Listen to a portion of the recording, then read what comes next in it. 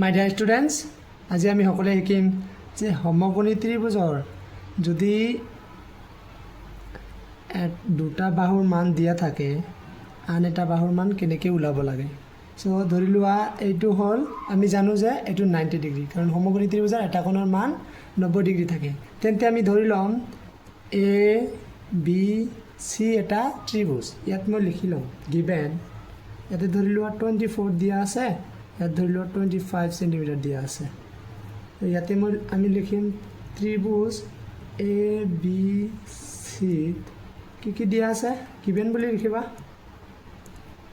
ইয়াত লিখিবা A B equal 24 centimetre আৰু হ'ল এ চি ইকুৱেল 25 সেন্টিমিটাৰ আৰু দিয়া আছে বি চি তো দিয়া নাই।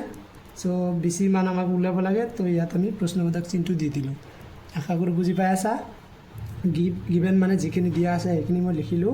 এতিয়া লিখিম দিয়াৰ ফৰ, এতিয়া লিখিম আমি গোটেইকেইটা ত্ৰিভুজৰ তিনিটা কোণৰ সমষ্টি হ'ল 180 ডিগ্ৰী। তো মই তিনিটা কোণ সেইটো আমি নকৰোঁ, এবাৰ কৰিম আমি পাইথাগোৰাছৰ সূত্ৰ মতে। যিহেতু ইয়াত কি দিয়া আছে, সমকোণী ত্ৰিভুজ দিয়া আছে। সমকোণী ত্ৰিভুজ হ'লে পাইথাগোৰাছৰ সূত্ৰ ব্যৱহাৰ কৰিব লাগে। ইয়াত লিখিম মই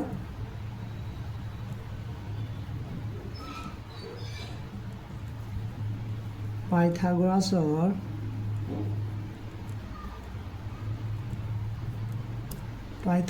সূত্ৰ মতে লিখিলা। পাইথাগোৰাছৰ সূত্ৰ আৰু এটা বস্তু জানি ল'বা, ইয়াত নোটছ হিচাপত মই লিখি দি আছোঁ। যদি আমাক কৰ্ণৰ মান উলিয়াব লাগে তেন্তে আমি কৰ্ণটো, আৰু এটা কথা জানি লোৱা, ইয়াত দিয়া আছে আমি জানো যে যদি ভূমি বুলি কয় এইটোতো ভূমিয়ে হয়। ভূমি মানে হ'ল ইংলিছত ক'ব বেছ, বেছৰ শ্বৰ্ট ফৰ্ম হ'ল বি, আৰু কৰ্ণ এইটো ক'ব কৰ্ণ, এ চি হ'ল কৰ্ণ বুলি লিখিলোঁ মই।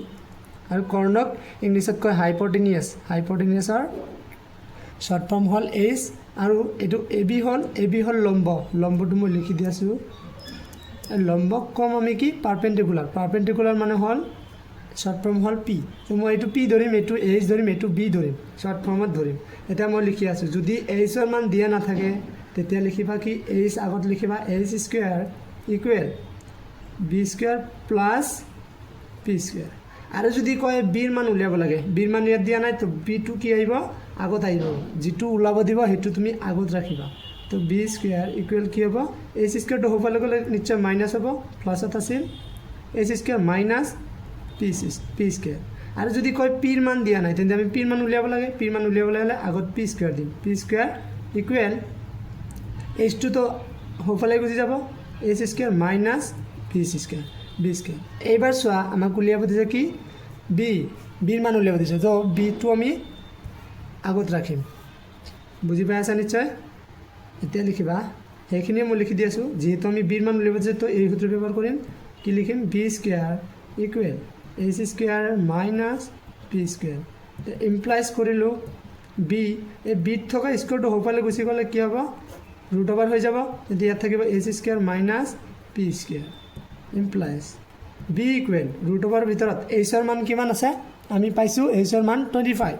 ইয়াত মই লিখিলোঁ 25 হোল স্কুৱেৰ, মাইনাছ আছে মাইনাছ দিলা, পিৰ মান হ'ল 24, মানে এইটো লম্ব পি আছিল, লম্ব মানে পিৰ মান 24 হোল স্কুৱেৰ। এতিয়া মই ইয়াতে লিখি আছোঁ যে বি ইকুৱেল ৰুট অভাৰৰ ভিতৰত কি হ'ব, 25ক যদি দুইবাৰ পূৰণ কৰোঁ, 25 পূৰণ 25 কৰিলে আমি পাম 625।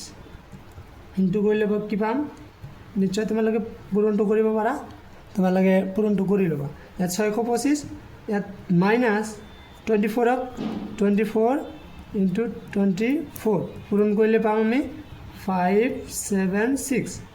এইবাৰ বি ইকুৱেল যদি এইটোক ৰুট অভাৰ কৰোঁ, ইয়াত 25ৰ পৰা যদি এইটো মাইনাছ কৰোঁ, যে 6 to 5 মাইনাছ 576 মাইনাছ কৰিলে পাম আমি 49। ইয়াত লিখি ল'লোঁ 49। এইবাৰ মই ইয়াতে লিখি আছোঁ ইমপ্লাইজ বি ইকুৱেল কি হ'ব, 49ৰ বৰ্গমূলটো আমি জানো যে এইটোক আমি এনেকৈ লিখিব পাৰি 7 স্কুৱেৰ, মানে 7 স্কুৱেৰ মানে কি 7 গুণ 49, তো 49ৰ বৰ্গমূল হ'ল 7। তো আমি বিৰ মান কিমান পালোঁ 7 সেন্টিমিটাৰ। আশা কৰোঁ বুজি পাইছা এইটো 7 চেণ্টিমিটাৰ আমি ভূমি পাই গ'লোঁ যে 7 চেণ্টিমিটাৰ তেন্তে BCৰ মান কিমান পাইছোঁ এতিয়া আমি ইয়াত লিখিব পাৰি BCৰ মানে হ'ল 7 চেণ্টিমিটাৰ আশা কৰোঁ তোমালোকে বুজি পাইছা তো এনেকুৱা মজা ভিডিঅ' পাবলৈ হ'লে তোমালোকে মোৰ চেনেলটো ছাবস্ক্ৰাইব কৰি ৰাখিবা আৰু তোমালোকৰ এই ক্লাছ 9 আৰু 10ৰ গোটেইখিনি চেপ্টাৰৰ আৰু এক্সাম্পলৰ কথাবোৰ আলোচনা কৰাব আৰু লগতে আমাৰ ইম্পৰ্টেণ্ট ভেৰি ইম্পৰ্টেণ্ট কুৱেশ্যনবোৰ তোমালোকৰ লগত আলোচনা কৰি যাম তোমালোকে চাই থাকিবা আৰু চাবা এই অহা 6 মাইলি পৰীক্ষাৰ কাৰণে মই ইম্পৰ্টেণ্ট দিম 80 to 90 মাৰ্কৰ কমন 100% কমন পৰিব 80 মাৰ্ক বা 90 মাৰ্ক ইয়াৰ ভিতৰতে থাকিব কিবা কমন পৰিব তোমালোকে ভিডিঅ'টো চাই ল'বা থেংক ইউ